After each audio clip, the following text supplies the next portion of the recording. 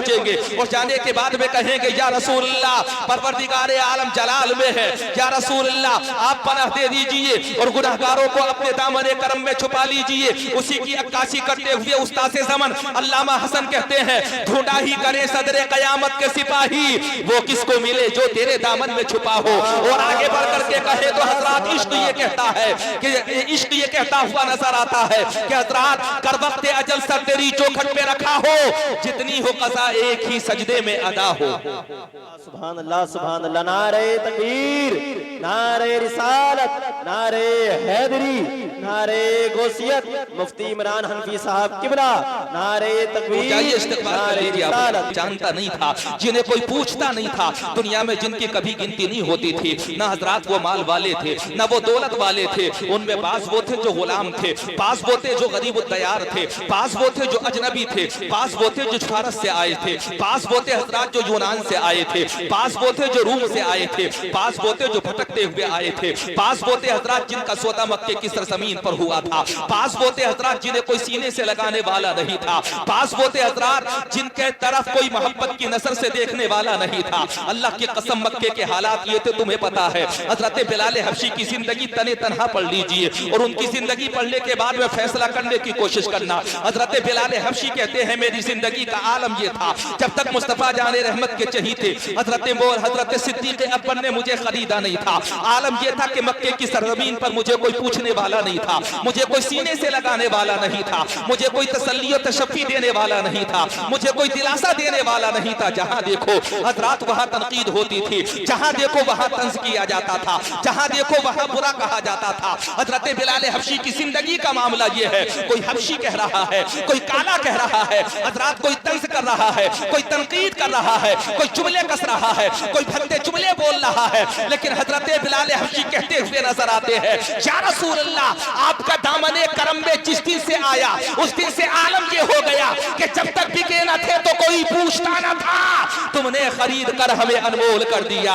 अल्लाह की कसम मक्के वालों से पूछो तुम्हें इज्जतें कैसे मिली, खुद मक्के की गलियों से पूछो, मक्के की गलियों तुम बताओ तुम्हें तकद्दुस कहां से मिल गया। हजरात मक्के के रहने वालों से पूछो, बताओ तुम्हारी शनाख्त कैसे हुई, दुनिया वालों ने तुम्हें पहचाना कैसे। दुनिया में तो तुम बहुत पहले से मक्का मौजूद था, दुनिया के नक्शे के अंदर हजरात मक्के को दुनिया वाले जानते थे, लेकिन उस अंदाज में नहीं जानते थे जैसा तारुफ मुस्तफा जाने रहमत ने हजरात अपनी हयात ज़ाहिरी में मक्के का कराया। पता चला अगर हमें दुनिया में इज्जतें मिली है तो मुस्तफा की वजह से, और मैदान महशर में अगर हमें जन्नत मिलेगी तो मुस्तफा की शफाअत की वजह से।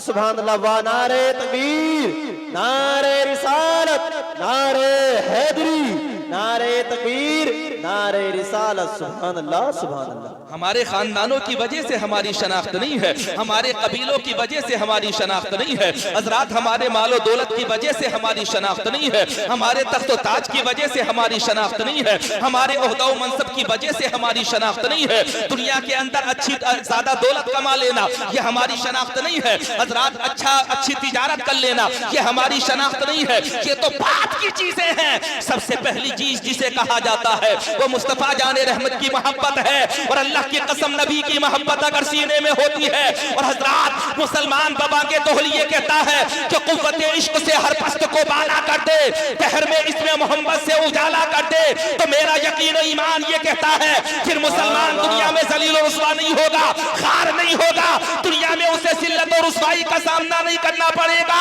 बल्कि हमारा अकीदा और ईमान तो ये है कि मनफात एक है, इस कौम की नुकसान भी एक ही सबका नबी दीन भी ईमान भी एक, हरम पाक भी अल्लाह भी कुरान भी एक, कुछ बड़ी बात की होते जो मुसलमान भी एक। हमारी शान ये कि ऐ आबिरूद गंगा वो दिन है याद तुझको उतरा तेरे किनारे, जब कारवां हमारा चुनारो मिस्र रूमा सब मिट गए जहां से, लेकिन अभी है बाकी नामो निशा हमारा बातिल से दबने वाले, ऐ आसमां नहीं हम सो पार कर चुका है तो इम्तिहान हमारा।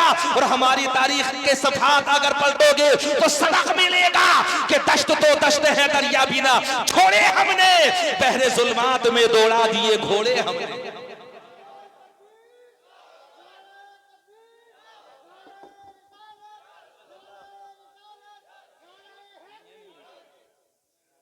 सुभान अल्लाह। तुम्हें क्या पता है वसीम साहब ने कितने नारे लगाए हैं जगह जगह जाकर। तुम्हारे घरों पर नारे लगाए हैं, तुम्हारे घरों के हजरात प्रोग्रामों में जाकर के नारे लगाए हैं। तो तुम्हें भी तो कुछ ना कुछ हक अदा करना है। क्या सोच रहे हो? तुम्हारी भी तो जिम्मेदारी बनती है। हजरात, एक अजीज की अजीज पर जिम्मेदारी ये होती है कि अजीज अगर किसी का भला चाहे तो हजरात दूसरे अजीज की भी जिम्मेदारी बनती है कि वो उसके साथ भला करे, अच्छाई करे।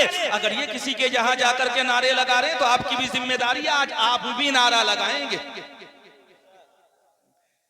शादी की तकरीब है, शादी की, और अल्हम्दुलिल्लाह हजरत बड़ा अच्छा माहौल है, अल्लाह का शुक्र है। अल्लाह सलामत रखे। जामिया रज़विया रहमतुल उलूम की देन है। ये इदारा हजरात नया इदारा नहीं, ये तकरीबन 52 साल पुराना इदारा है। और हजरात ये इदारे का फैजान है। हजरात यहाँ पर न डीजे बजता है, बहुत कम घरों में कभी कभी धोखेबाजी से बज गया तो वो एक अलग बात है। यहाँ न नाच गाना होता है, न यहाँ पर ढोल के बजाई जाती है, न यहाँ पर गीत गाए जाते हैं। मैं ये कहना चाहता हूँ ये किसी और का एहसान नहीं है, बल्कि ये हजरात पूरे इलाके के ऊपर जामिया रज़विया रहमतुल उलूम का एहसान है। इस इदारे के हजरात एक चिराग जला, रोशनी चारों समत हो गई। हजरात एक फूल खिला और चारों तरफ से हजरात उसने मशामे जा को मुअत्तर कर दिया। जहां देखो खुशबुएं ही खुशबुएं महसूस हो रही है। अल्लाह का करम है, ये रावा बुजुर्ग की सरजमीन है, जहां शायरों को भी सुना जाता है, खतीबों को भी सुना जाता है, इजहारे मोहब्बत भी किया जाता है। और इजहारे मोहब्बत इस तरह से किया जाता है कि जो भी मेहमान आता है, अल्लाह का करम है, वो तारीफ किए बगैर वापस नहीं जाता है।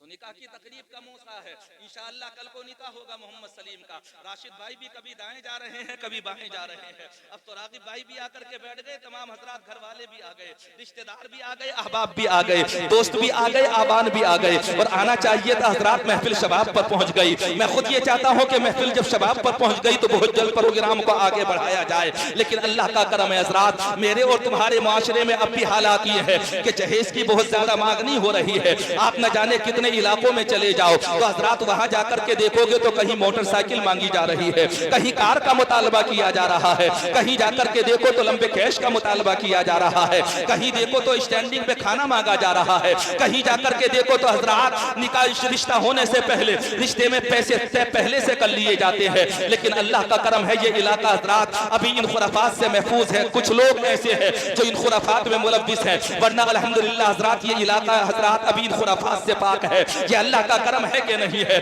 हम मुस्तफा जाने रहमत की हदीस पाक पर अमल कर रहे हैं। मेरे नबी इरशाद फरमाते हैं कि निकाह 4 वजह से किया जाता है। कभी हुस्न जमाल की वजह से निकाह होता है, कभी मालो मनाल की वजह से निकाह होता है, कभी हसब व नसब की वजह से निकाह होता है, और कभी दीनदारी की वजह से निकाह होता है। मेरे नबी इरशाद फरमाते हैं कि हजरात मानो मलाल बाद में है, हसब व नसब बाद में है, मालो दौलत हुस्न जमाल बाद में है। अगर सबसे पहले कोई चीज है तो उसे दीनदारी कहा जाता है। उसकी वजह यह है कि हुस्न जमाल खत्म हो जाएगा, मालो मनाल खत्म हो जाएगा, खानदानी शौकतें खत्म हो जाएंगी, हसब व नसब का चाहो जलाल खत्म हो जाएगा। जो चीज खत्म नहीं होती उसे दीनदारी कहा जाता है। दीनदारी, अल्लाह की कसम, अगर तुम्हारे घर के अंदर कोई कनीज़े फातिमा आ गई तो मेरा यकीन ये कहता है कि तुम दुनिया में रहोगे, लेकिन दुनिया में रहते हुए तुम्हारा घर जन्नत का नमूना बन जाएगा। हमने बड़े बड़े कीमती साजो सामान को देख लिया, हजरात 10 साल के बाद 20 साल के बाद एक्सपायर हो जाता है, चाहे कितना ही कीमती फर्नीचर हो। हजरात महंगे से महंगा ले लीजिए, यहाँ से नहीं सहारनपुर से लेकर के आ जाइए, सहारनपुर से नहीं हजरात बरेली से लेकर के आ जाइए, सागौन का लेकर के आ जाइए। लेकिन हालात ये है